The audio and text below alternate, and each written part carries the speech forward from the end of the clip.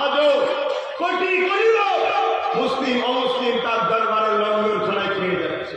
কোটি কোটি লোক বাদশাই চালাচ্ছে, আর আমাদের মাথায় বসে পুরো দেশকে চুরি করে যাচ্ছে। কি বিক্রি করতে বাদ দিয়েছে, আর আমাদের ঘুম থাকার জন্য এবার আমাদের অকাপ থেকে বিক্রি করতে শুরু করেছে। এটা আমাদের এর জন্য কামত দিন কৈফিয়ত দিতে হবে। এখনো সময় আছে, এখনো সময় আছে, অকাপকে ফিরিয়ে দাও।